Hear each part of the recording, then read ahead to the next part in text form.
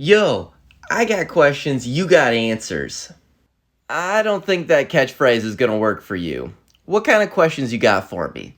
I recently heard about this term out of order sequencing. What exactly is that? And does that mean I've been doing something wrong if someone refers to something I did as that? Out of order sequencing is a policy that is enacted to allow players to perform actions without adhering to the strictest rules that pertain to a sequence of events that occur when something happens in the game due to spells being cast and triggers occurring. So it's not bad.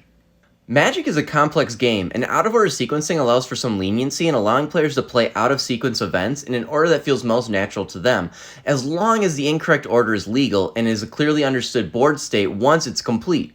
So no, it's not bad, but there are some guidelines you still need to adhere to when even performing anything out-of-sequence order.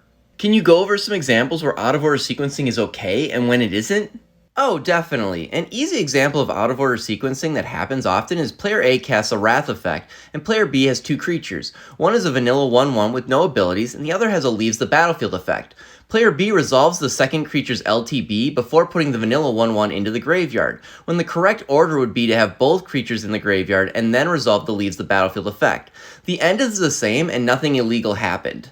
Oh, I know I've totally done that, and I've seen others resolve things like that as well. When out-of-order sequencing is not okay is if a player gets information that would reasonably affect another decision. The best example that I have come across is player A casts Cruel Ultimatum. Cruel Ultimatum reads you return a creature card from your graveyard to your hand, draw 3 cards, gain 5 life. You are not permitted to draw those 3 cards first because that information could change your decision for what creature you return to your hand. By drawing those 3 cards, you've given yourself information by playing out of sequence. This all makes sense and really helps you understand the importance of sequencing in Magic the Gathering. Sequencing is important, and I'll leave you with a couple other things. Out-of-order sequencing does not let you take actions you may have missed retroactively. An opponent can ask you to do the sequence in the correct order, and that is okay. You can't sequence things in a way that prevents your opponent's priority. Players aren't robots, and out-of-order sequencing is a means to help make a game of Magic flow more naturally.